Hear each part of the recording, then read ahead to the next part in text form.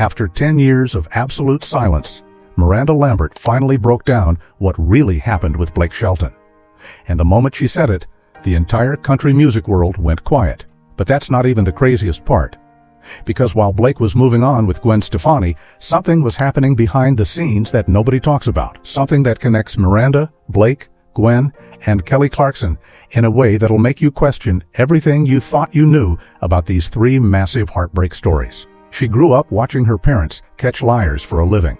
So when Blake betrayed her, and I didn't have anything you needed, so she rebuilt herself into something unstoppable. But here's what changed in 2025.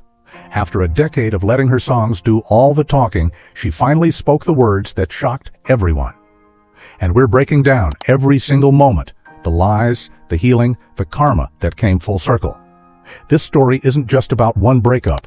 It's about three women who turned their pain into power. You're not ready for what comes next. And quick info from Miranda Lambert, gunpowder and lead theme, strength through betrayal. There was one case that hit different though. It went way beyond just regular cheating. A doctor's wife had gotten involved with a young drug dealer from another country. Miranda watched grown adults completely fall apart. She watched polished, expensive lives turn dangerous the second the truth came out.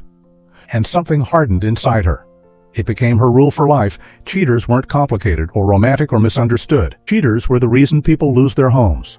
Cheaters were the reason people become strangers to their own lives. Then things got absolutely insane.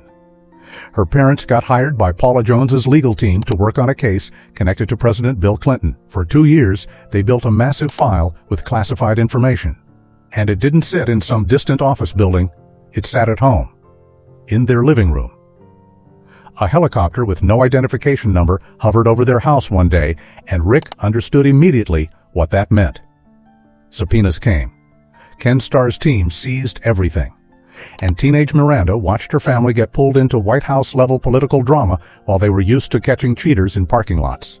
The message was crystal clear. Truth matters. And lies destroy absolutely everything.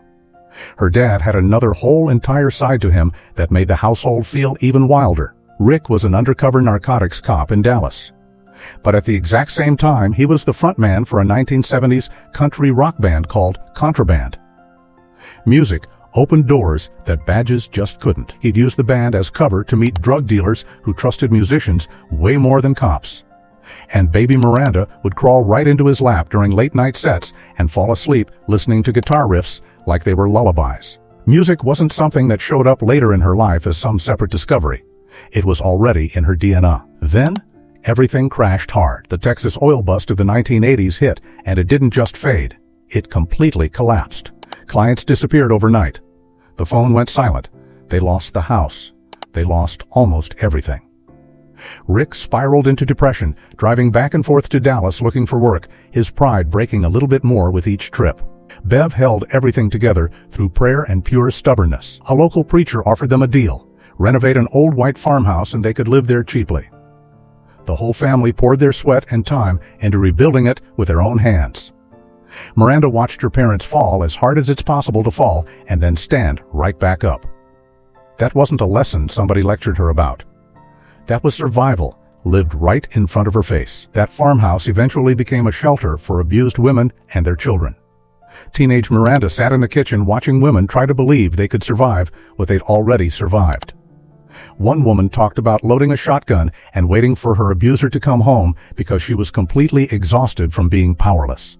That specific feeling, that cold, desperate courage, showed up word for word in Miranda's song later on. plans were drawn and concrete poured nail by nail. When Miranda turned 16, she begged her dad to take her to Nashville for a demo recording trip.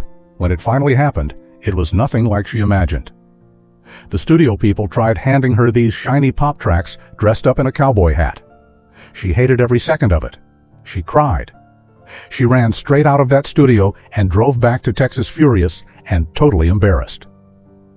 But that humiliation sharpened her instead of breaking her. She demanded guitar lessons from Rick and started teaching herself raw, honest country music completely on her own terms. Soon she was fronting the house band at the Rio Palm Isle, this legendary Texas honky-tonk that had hosted Elvis and Willie Nelson and Brooks and Dunn. She sang to rooms full of drunk adults, shouting requests and clicking pool balls. That taught her armor. That taught her how to hold your ground when nobody in the room cares about your feelings. Her big national break came in 2003 through Nashville Star. She bombed her first audition at 19, gave this half-hearted performance, and got sent home immediately.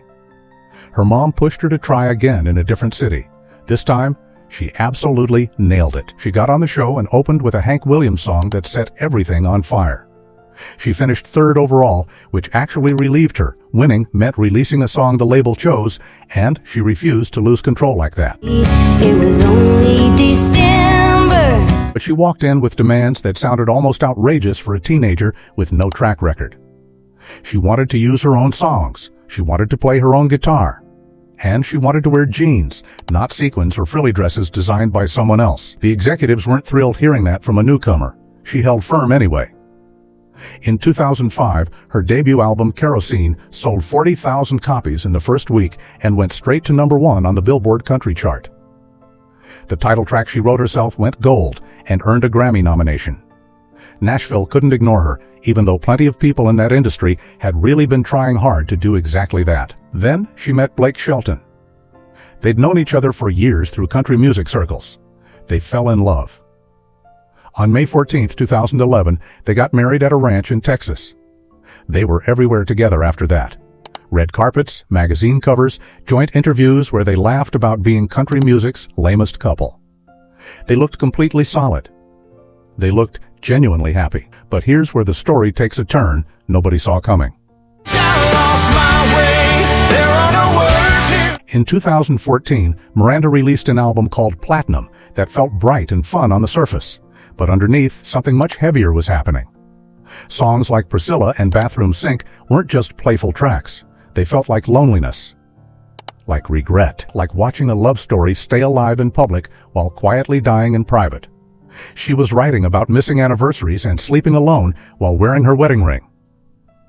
Looking back now, that album reads like a diary she was writing in real time. The public just didn't understand what they were actually hearing until it was already way too late. In February 2015, Miranda won the Grammy for Best Country Album. She stood on that stage, celebrated and applauded, still officially Blake's wife. But behind closed doors, the marriage was already falling apart. By July 2015, they announced the split. 4 years of marriage. Nearly a decade of building a life together. Their statement was polite and vague. No real explanation, no specifics, just a curtain dropping in front of a locked door, and nobody could see what was behind it. The problem was really simple and really brutal: distance. Blake was locked into long filming stretches for The Voice in Los Angeles. Miranda was constantly touring, squeezing recording sessions wherever she could find a gap in her schedule. Instead of real evenings together, they had rushed hotel meetups and quick airport conversations where they're just catching each other up. Over time, a marriage quietly turns into two people sending status updates to each other instead of actually sharing a life. That kind of slow erosion doesn't show up on a red carpet, but it shows up everywhere in the songs. People noticed immediately that in her award speeches that year, Miranda didn't thank Blake. That silence felt like a confession, like the ending was already written internally while the public was still reading the middle chapters of the story. By the end of 2015, Blake was being photographed publicly with Gwen Stefani, his co-host on The Voice. By early 2016, they were appearing together at events openly. The speed of that transition made everyone argue about the timeline.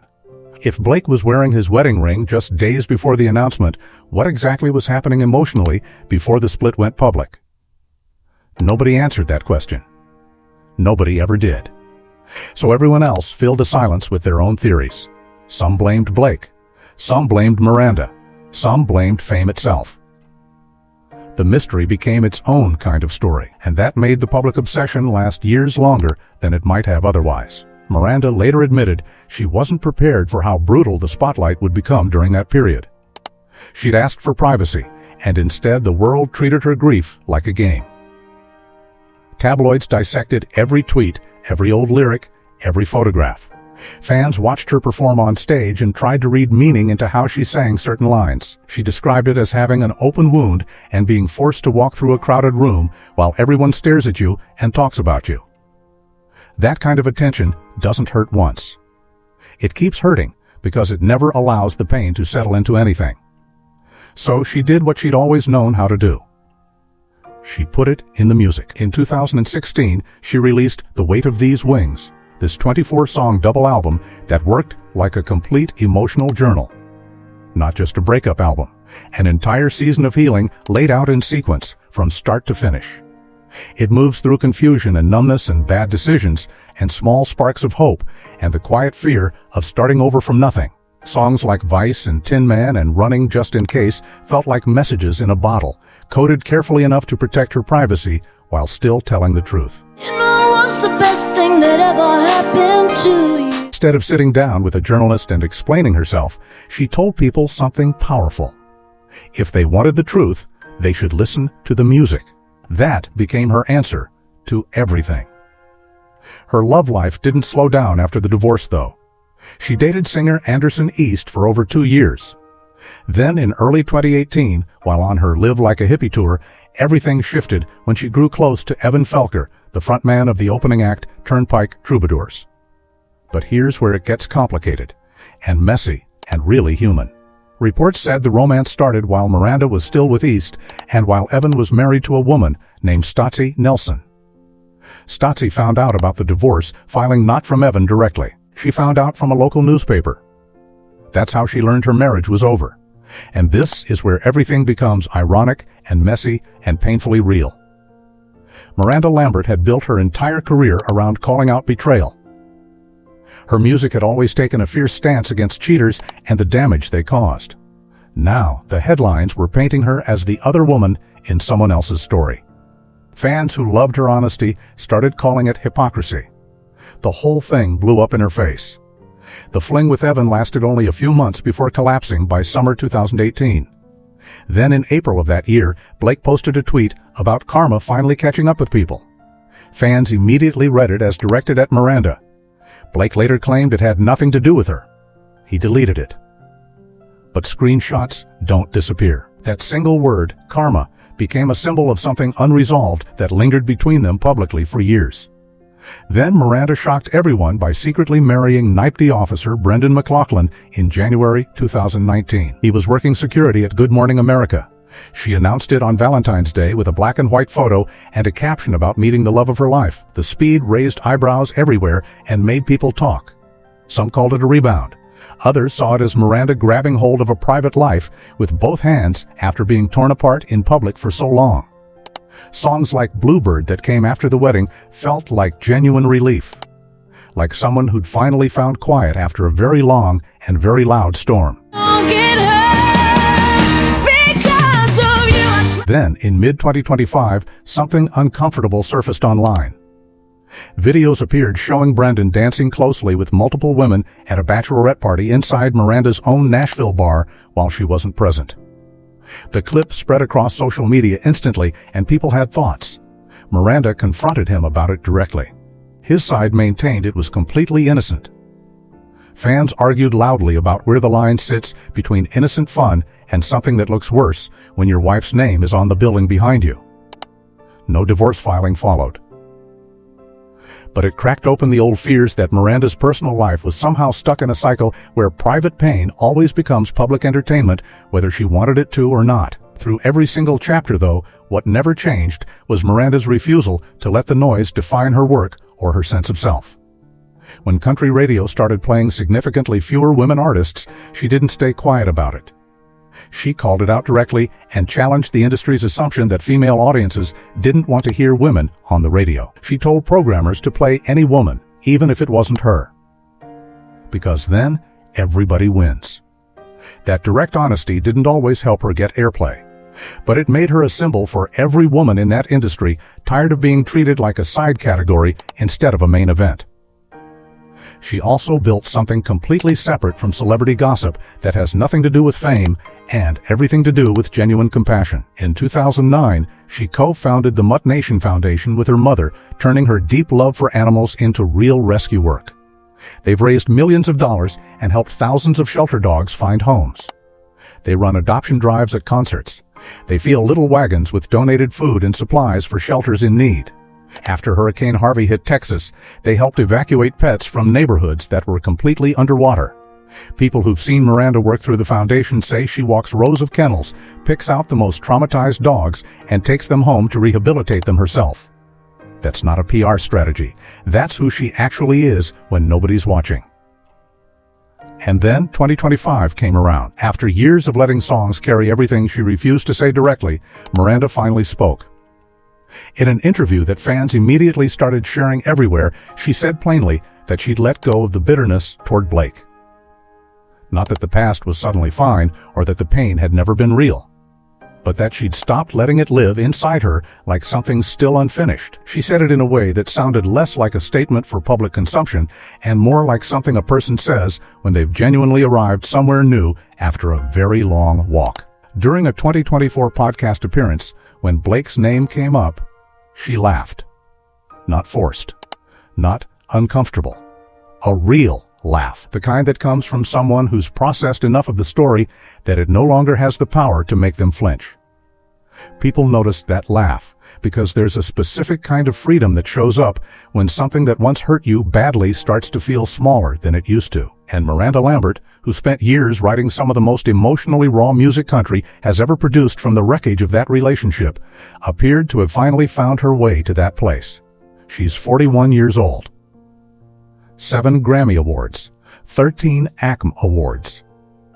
More than a decade of music that shaped what women in country music are allowed to sound like and say out loud. She grew up in a house full of other people's secrets and made a career out of telling her own truth. She watched her family lose everything and rebuild from rubble. She loved someone who became the most famous breakup story in country music, and she turned that pain into albums people still cry to on long drives home. And now she says she's let it go. That's not a small thing. That's a whole story arriving at its destination. It's the kind of ending that feels real.